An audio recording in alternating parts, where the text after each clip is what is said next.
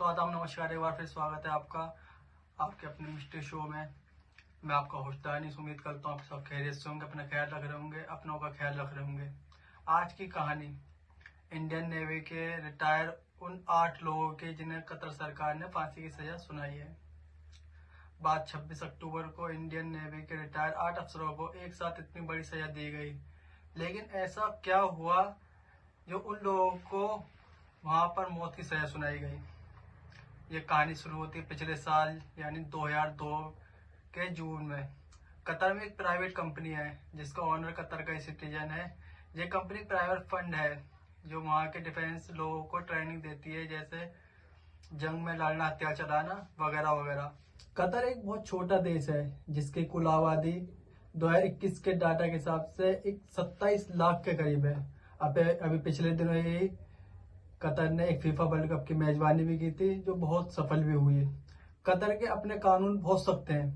वहाँ आप अल्कोहल का यूज नहीं कर सकते वरना आपको वहाँ सजा भी हो सकती है। कतर में बहुत सारे ऐसे भी जुर्म हैं जिन पर सीधे मौत की सजा सुनाई जाती है, जैसे जासूसी करना, मर्डर करना, देशद्रोही, ड्रग जैसे जुर्म आदि।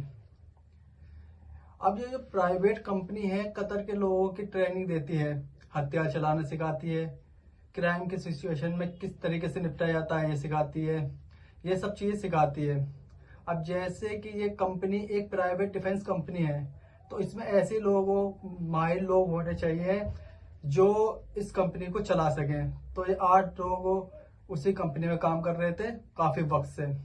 जुलाई 2002 में कतर के इनपुट से एक खबर मिलती है जिसके बाद इस कंपनी का ओनर, इस कंपनी का एक आला अफसर और इन भारतीय लोगों को गिरफ्तार कर लिया जाता है।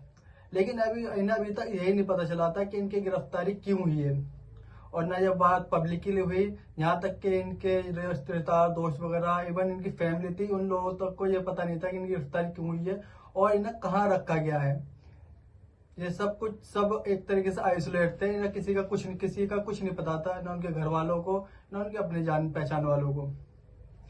कुछ टाइम बाद जब ये मामला कोर्ट में आता है तब दुनिया को पता चलता है इन लोगों के बारे में।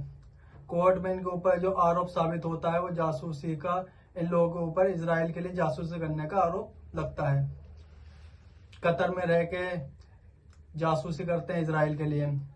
और आप जैसा कि जानते हैं कतर एक अरब देश है और अरब देश वैसे भी एंटी इजराइल है, अरब फिलिस्तीन की वजह से। अब ये सब लोग कतर की जेल में बंद होते हैं। बात लीक हुई, इंटरनेशनल मीडिया में आई, इसके बाद ये बात भारत सरकार के कानों में भी पड़ी। लेकिन भारत सरकार को लगा कि मामला इतना ज्यादा पेचीदा होगा नहीं और इतना आगे बढ़ेगा नहीं, देखा जाएगा। अब इसी साल जून में कतर के हाई कोर्ट का फैसला करता है और कहता है इस केस का आखिरी फैसला अक्टूबर में देंगे, यानी कि अपना फैसला बाकी रखता है। इस बीच कतर की जो जांच एजेंसी होती है उसने इन 8 लोगों के खिलाफ बहुत सारे सबूत इकट्ठे कर लिए थे इस दौरान। अब वक्त आता है 26 अक्टूबर 2023 का। 26 अक्टूबर 2023 को इस केस का फैसला आता है। वहां का लोकल कोर्ट होता है इन 10 के 10 लोगों को जासूसी के जुर्म में मौत की सजा सुनाता है। जब ये बात भारत सरकार तक पहुंचती है तो भारत सरकार एकदम हरकत में आती है। भारत सरकार की तरफ से बैन भी जारी हुआ कि हम कतर के गवर्नमेंट के संपर्क में हैं और हम इस फैसले की निंदा करते हैं।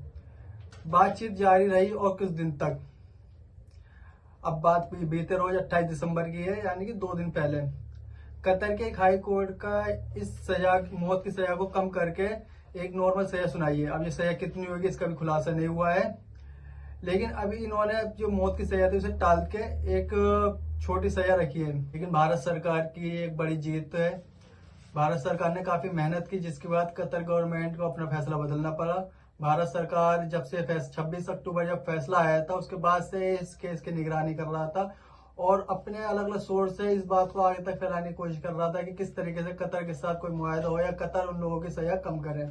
अभी तो खैर कतर गवर्नमेंट उनकी फांसी की सजा को रोक लगाई है, लेकिन भारत सरकार इसी तरीके से आगे बढ़ता रहा तो उन लोगों को बेगुनाह साबित कर दिया जाएगा और वो अपने देश वापस आ सकेंगे।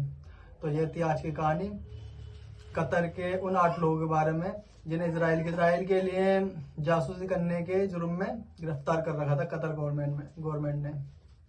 उम्मीद करता हूँ आप लोगों को कहानी पसंद आई होगी। कहानी पसंद आई हो तो वीडियो लाइक करें, चैनल सब्सक्राइब करें और ऐसी कहानी सुनने के लिए हमारे साथ जुड़े रहें।